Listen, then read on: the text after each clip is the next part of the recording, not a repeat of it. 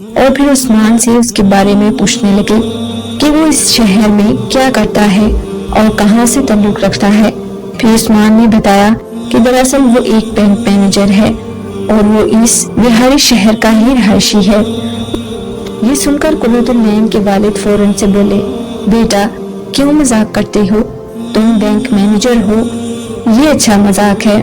Bank manager ہو کر ہماری fruit چاٹ کی ریڑھی پر آ کر روزانہ ہی فروٹ چاٹ کھاتے ہو، یہ کیسے ہو سکتا ہے؟ اتنے میں عثمان مسکرایا اور کہنے لگا، انکل آپ کا سوال بھی اپنی جگہ ٹھیک ہے۔ دراصل مجھے پہلے آپ کی ریڑھی کے بارے میں کچھ بھی معلوم نہیں تھا، شاید جب تک آپ یہ ریڑھی چلاتے تھے، لیکن ایک روز ہوا یوں کہ رمضان تھا۔ اس روز مجھے کسی کام کی وجہ سے گھر جانے میں دیر ہو گئی اور اسی بیچ میں یہاں سے گزر رہا تھا تو افطاری کے ٹائم تھا، تب مجھے آنٹی کی ریڑھی نظر آئی۔ پہلے تو مجھے بہت عجیب لگا کہ ایک عورت ریڑھی چلا رہی ہے اور پھر اوپر سے شام کا ٹائم اور افطاری کا ٹائم بھی تھا۔ پھر میرے دل میں خیال آیا کہ یقیناً یہ کوئی مجبور عورت ہوگی جو اس وقت اس حال میں اس جگہ پر کھڑی ہے۔ اس روز میں نے ان سے اپنی ضرورت کی وجہ سے اور ان پر ترس کھاتے ہوئے فروٹ چاٹ لے لی، لیکن جب میں نے فروٹ چاٹ کا ذائقہ چکھا تو مجھے بہت ہی اچھا لگا، اور سب سے بڑھ کر آنٹی کا اخلاق بھی۔ پھر اتفاق سے اگلے روز بھی میں یہیں سے گزر رہا تھا تو میں نے آنٹی سے زیادہ فروٹ چاٹ لے لی گھر لے کر جانے کے لیے۔ گھر والوں کو بھی بہت فروٹ چاٹ کا ذائقہ پسند آیا۔ پھر اگلے روز اتوار کا تھا، چونکہ رمضان تھا، گھر والوں کے اصرار کرنے پر میں پھر سے گھر سے فروٹ چاٹ لینے کے لیے اسپیشلی آ گیا۔ جب میں نے فروٹ چاٹ خرید لی تو پیسے دیکھنے لگا، مجھے معلوم پڑا کہ میں تو گھر میں ہی والیٹ بھول آیا ہوں۔ میں نے آنٹی کو فروٹ چاٹ واپس دیتے ہوئے کہا کہ آنٹی میں پھر سے فروٹ چاٹ لینے آؤں گا، لیکن ابھی میرے پاس پیسے نہیں۔ آنٹی نے مجھے کہا کہ بیٹا کوئی بات نہیں، تم پھر آتے جاتے پیسے دے دینا، لیکن اس طرح اب یہ واپس نہیں لے سکتی۔ میں مانتی ہوں کہ ہم غریب ہیں، لیکن اس طرح کسی کے ہاتھ سے کھانا واپس نہیں لے سکتے۔ بس اس روز سے میں روزانہ ہی آنٹی کی ریڑھی پر آ کر فروٹ چاٹ کھاتا ہوں۔ میں نے کئی بار ان کی مدد کرنے کی کوشش کی ہے، مگر وہ پیسے نہیں لیتی۔ عثمان نے پھر قرۃ العین کے والد سے کہا، انکل میں مانتا ہوں کہ مانگنا اچھی بات نہیں، لیکن میں آپ کو ایک مشورہ دیتا ہوں۔ میں ایک بینک مینیجر ہوں اور ہمارے بینک میں لون دیتے ہیں۔ میں آپ کو ایک ایسا لون دلواتا ہوں جس سے آپ ایک دکان بنا سکتے ہیں۔ چونکہ آپ کی فروٹ چاٹ کی ریڑھی کافی چلتی ہے، مجھے امید ہے آپ کا کاروبار چل جائے گا۔ آپ اس لون سے دکان بنا کر اپنی دکان میں مال ڈالیے گا، اور جب دکان صحیح سے چلنے لگی تو لون کے پیسے دوبارہ سے چکانے شروع کر دیجیے گا۔ اس طرح آپ کا کام بھی چل جائے گا اور آپ کو یوں اپنی بیٹی کے ساتھ آنا نہیں پڑے گا۔ یہ سنتے ہی قرۃ العین کے والد سوچ میں پڑ گئے۔ اتنے میں عثمان بولا، انکل مجھ پر اعتبار کریں، میں کوئی جھوٹ نہیں بول رہا، بلکہ کل صبح ہی آپ بینک میں آئیے گا۔ یہ کہتے ہوئے وہ اپنا کارڈ قرۃ العین کے والد کو دینے لگا۔ آپ وہاں پر آ کر مزید بات کو سمجھ لیں گے۔ یہ کہتے ہوئے عثمان وہاں سے چلا گیا۔ قرۃ العین جب شام کو واپس اپنے والد کے ساتھ لوٹی تو میں بھی ان کے گھر میں اس کی والدہ کے پاس ہی بیٹھی تھی۔ اس نے جب گھر میں آ کے یہ بات بتائی تو ہم بہت ہی خوش ہوئیں۔ پھر اگلے ہی روز قرۃ العین اپنے والد کے ساتھ اس بینک مینیجر کے بینک میں گئی۔ وہاں پر انہوں نے کاغذی کارروائی مکمل کی اور وہاں سے لون لے کر انہوں نے وہیں وہاڑی شہر میں کرائے پر دکان لی۔ چونکہ قرۃ العین کے والد شروع سے ہی اسی شہر میں ریڑھی لگاتے تھے تو وہ سارے دکانداروں کے بارے میں جانتے تھے، اس لیے انہیں زیادہ مشکل نہیں پیش آئی۔ دیکھتے ہی دیکھتے کچھ ہی مہینوں میں ان کی دکان خوب چلی اور وہ اپنا لون واپس چکانے لگے۔ اب قرۃ العین اپنے گھر میں ہی رہنے لگی۔ ان کے گھر کے حالات پہلے سے کافی بہتر ہو گئے۔ قرۃ العین میری منگنی پر آئی اور مجھ سے یہ کہنے لگی، اس کے والد نے یہ کہا ہے کہ جب وہ اپنا قرض واپس چکا لیں گے تو اس کے بعد وہ اپنے گھر کی حالت کو کچھ بہتر کریں گے، پھر وہ میری شادی بھی کر دیں گے۔ میں نے جب یہ سنا تو میں بہت خوش ہوئی۔ میں نے قرۃ العین کو محنت کرتے ہوئے دیکھا تھا اور اس کے والدین کو بھی۔ میرے دل میں اس بات کی خوشی تھی کہ ان کی محنت کا پھل ان کو مل رہا ہے۔ لیکن آگے جو ہوا وہ میری اور ان کی سوچ سے بڑھ کر تھا۔ ایک روز قرۃ العین نے شام کے وقت فون کیا۔ پہلے تو میں پریشان سی ہو گئی، کہیں اس کی امی کی طبیعت پھر سے خراب نہ ہو گئی ہو، لیکن جب میں نے قرۃ العین سے بات کی تو وہ بہت ہی خوش لگ رہی تھی۔ اس نے مجھے بتایا کہ اس کے والد نے آ کر بتایا ہے کہ عثمان میرا رشتہ مانگ رہا ہے۔ یہ سنتے ہی مجھے بہت خوشی ہوئی۔ میں نے اسے کہا کہ پھر تو بہت اچھی بات ہے، لیکن قرۃ العین کہنے لگی کہ میرے والد اور والدہ تھوڑے پریشان ہیں۔ وہ یہ سوچ رہے ہیں کہ وہ اتنے امیر ہیں اور پڑھے لکھے بھی، وہ میری وہاں پر شادی کر کے کوئی غلطی نہ کر لیں۔ پھر میری والدہ اگلے روز ان کے گھر میں گئی اور ان کو سمجھانے لگی کہ وہ لڑکا بہت ہی اچھا ہوگا جس نے آپ کو پہلے اتنی زیادہ ہمت دی اور آپ کی اس طرح مدد کی، بھلا اس کو کیا لالچ ہوگا۔ آج کل دنیا میں ایسے لوگ کہاں ملتے ہیں، اور اس لڑکی کی تربیت سے آپ اندازہ لگائیں کہ اس کے گھر والے کتنے اچھے ہوں گے۔ بس کچھ بھی سوچنے کی ضرورت نہیں، آپ لوگ جلدی سے رشتے کے لیے ہاں کر دیں، ورنہ اتنے اچھے رشتے ڈھونڈنے سے بھی نہیں ملتے۔ پھر کچھ ہی دنوں میں قرۃ العین کی اس سے شادی ہو گئی۔ اب وہ وہاڑی شہر میں بہت ہی اچھی کوٹھی میں اپنے شوہر اور سسرال والوں کے ساتھ ہنسی خوشی رہ رہی ہے، اور اس کے والد ایک بڑی فروٹ چاٹ کی اپنی دکان چلاتے ہیں۔ ان کی صبر اور ہمت نے کبھی ان کو ٹوٹنے نہیں دیا، اور اللہ کو ان کی یہ ادا پسند آئی، اور عثمان کو انہوں نے وسیلہ بنا کر ان کے گھر کے حالات بدل دیے۔ آپ کے قیمتی وقت کا شکریہ۔ اللہ حافظ۔